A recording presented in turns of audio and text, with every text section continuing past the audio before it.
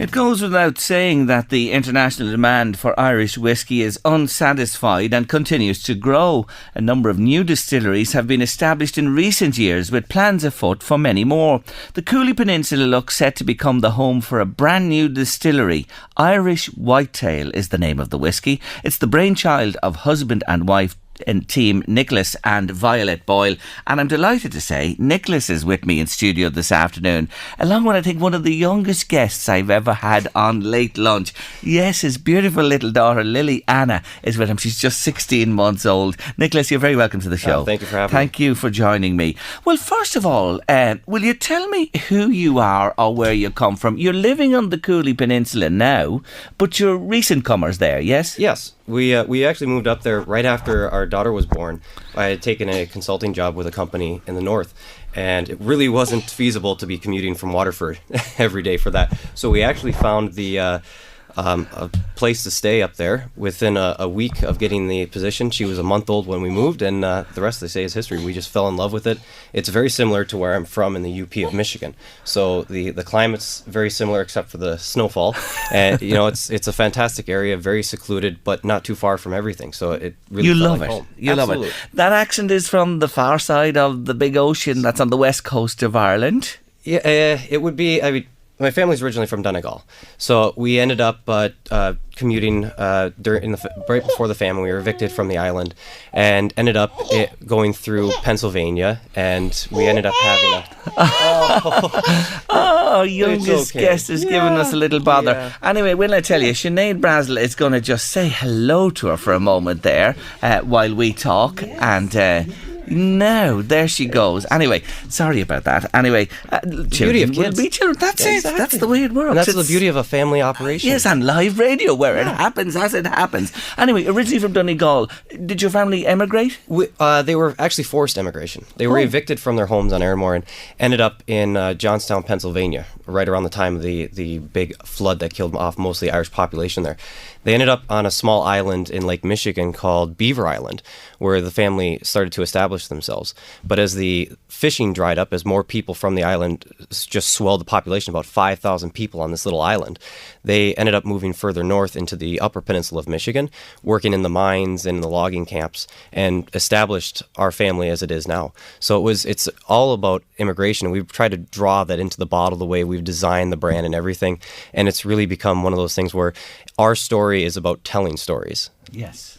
So you've come back to Ireland, really. You've made this a complete circle. You've come back in this direction. What took you back to Ireland, and how long are you here? Well, I originally came back in 2012. I did an internship through my university course study.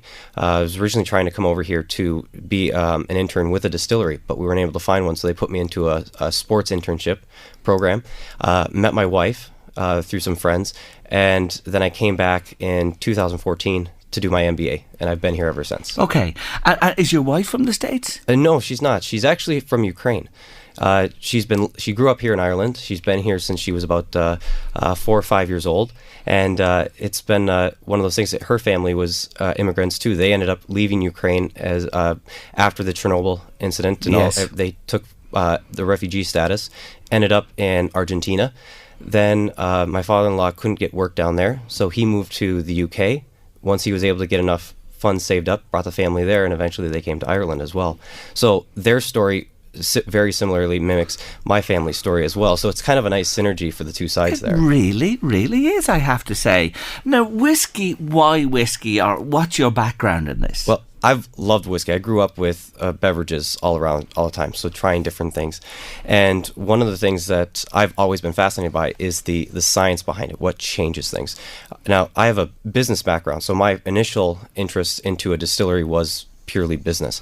But the more I studied this process, and it's taken probably about 4 or 5 years to bring this whole idea to fruition, but it was just going, okay, I like this whiskey, but I don't like it enough. What can I do to change that? And so it just was about changing that process and how you could make something out of nothing, or maybe even changing something that's currently on the market. And we really just enjoyed that. And it was one of those things that after trial and error time and again, we could really get to yes, really enjoy what was going on. It I'll be perfectly honest, the first trials were absolute rubbish. They were horrible. But as we got better at what we were doing and we found what was necessary to make the product work and maintain that flavor, so it wasn't just a one-off and done, it really could withstand the test of time. We settled on the product that we have here, and it's really become an interesting process, but also an interesting flavor because people bring out different things in it all the time. Now, whiskey, you need, I know this, to have whiskey distilled and left alone for at least 3 years before you can actually call it whiskey. So you have product here with your labels on it, and of course late last year, the Whiskey Live 2018, you introduced yourself to the world. So where is your product coming from? Well, the product that's in this bottle is originally a single malt from Cooley. Okay. And what we did is we identified a product that was going to be easily manipulated, because with a single malt, if you mess up a single malt, you can see it. You can't hide anything like you can with a blend. So we wanted to really showcase what we're doing.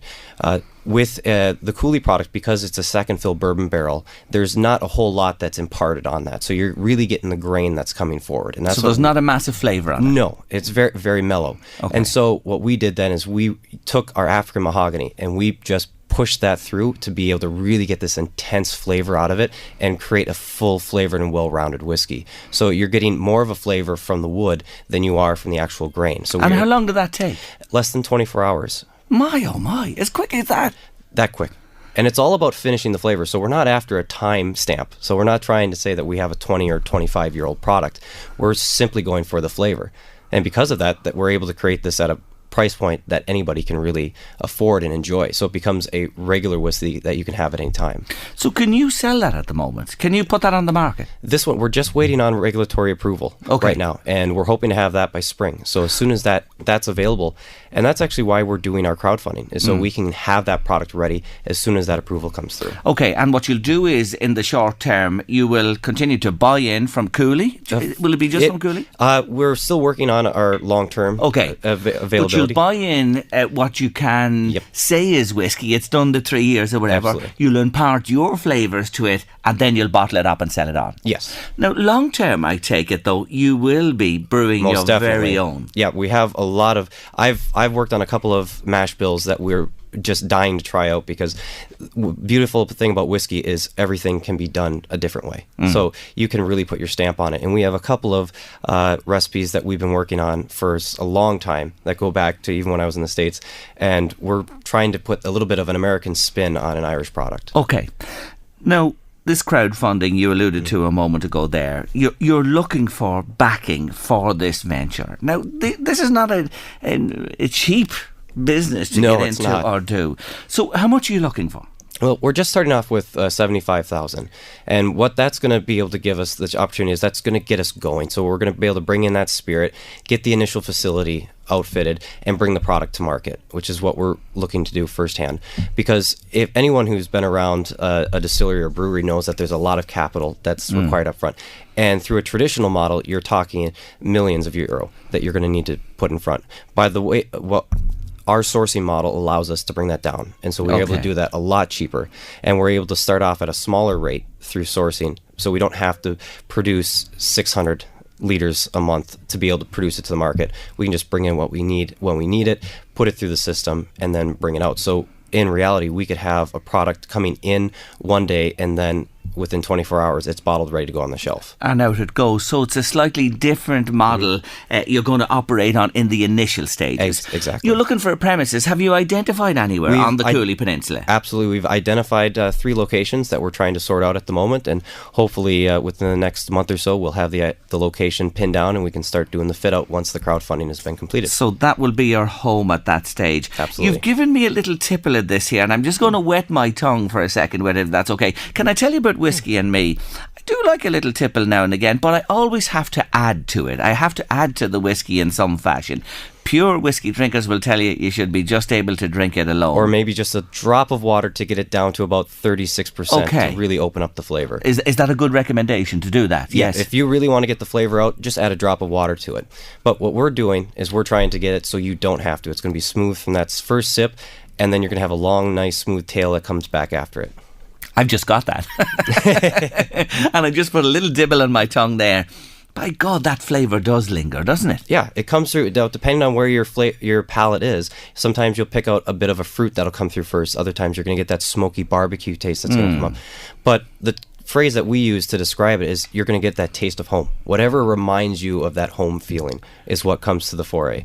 And it really tailors itself to each person that's trying. And when we were at Whiskey Live, each person described something a little different that gave us that feeling of home. It certainly does, and even from that little tipple there, I can feel it, and it's a warming feeling as well, and smoother, I'd say, than other whiskies I've tasted. But with that linger, it's hard to describe it. I suppose like tasting a wine and trying to describe what it is, but there's an array of flavours there, isn't there? Yeah, it's really full-bodied, so you're not just getting a couple of flavours that are going to come at you, and then you get a few things that tailor off. You're going to really get a smooth all the way through the spectrum. So you're going to get some spice up at front, but then it's going to linger on, and you're going to start to get some fruity flavors towards the end. So it's really going to meld itself together. Okay, so tell me this. The name of the brand again is Irish Whitetail. And you're going to market one whiskey under that, or a number ultimately? Oh, the distillery itself is called Irish Whitetail. Yes. And then under the brands, we actually have our whiskey products will be under Rogue Buck. Okay. And so that'll be that product line specifically for our Irish whiskeys. Rogue Buck is the actual product. That's the name on the product, is it? Rogue Buck. And then each one of the numbers that we have on there, the 12 points or the 12 tines that you would see on top of a deer's antlers, will represent what each product was. So our 12-point Rogue Buck will always be our single malt with African mahogany. Okay, interesting. And I love the way you've taught this through fully, how you can get up and operating, because look at how could you sustain waiting a number of years without actually turning over a product as well? It's not feasible. It couldn't be feasible at all. And so where do you intend in the short term? Where do you intend to sell? Here locally in the Cooley area, in the northeast, in Ireland, internationally? What? There's been demand in Ireland, but the majority of our demand actually, believe it or not, is coming from outside of Ireland. So we have a huge demand right now within the continent in Europe, as well as in North America. The American market right now has just been clamoring. We haven't even had a bottle there. We've had a couple of people that have come over and brought back samples, and then when we went to visit family this past summer, we brought some back with us as well. And the response to it has been absolutely incredible. We have people that are clamoring to get it in Michigan, in Texas, Wisconsin, California. We have specific markets we want to go into, but the demand all of a sudden has just absolutely snowballed. And so we're just right now hoping and praying we can get enough spirit together that we can then supply that demand that's come out of nowhere.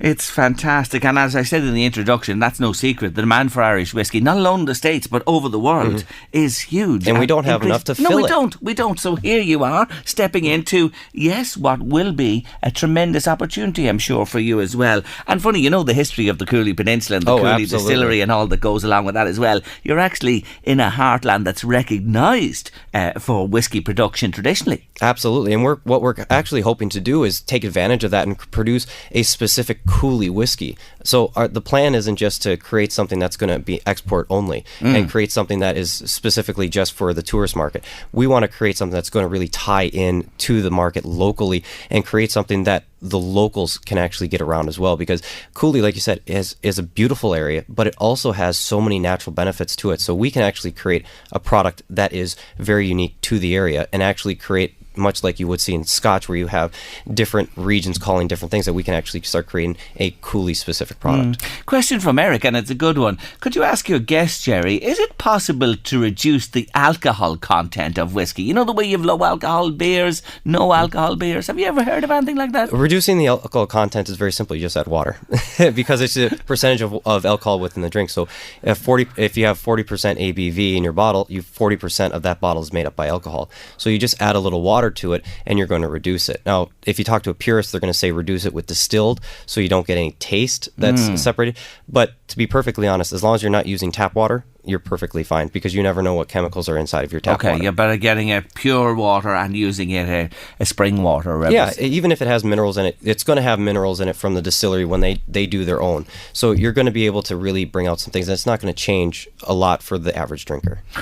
Okay, so we are here today at the birth of a new baby on the Cooley Distillery, the Cooley Peninsula, should I say. And again, to remind people, it's Irish Whitetail is the distillery, and you will have a premises shortly, and it'll be marketed under the Rogue Buck whiskey label. Now, crowdfunding. What are you looking for there? What do you need, and how much are you looking for from people? Well, we're looking for 75,000 is our goal for this crowdfunding. And you must get the whole lot of this. No. No? With Indiegogo, the nice thing about because you have Kickstarter, which is all or nothing, but with Indiegogo you can work around that. But the nice thing about Indiegogo is if you go over that, you also have a chance to get access to equity funding that's on top of that. Okay. So there's more advantages, especially for a spirits company, to use Indiegogo as compared to Kickstarter.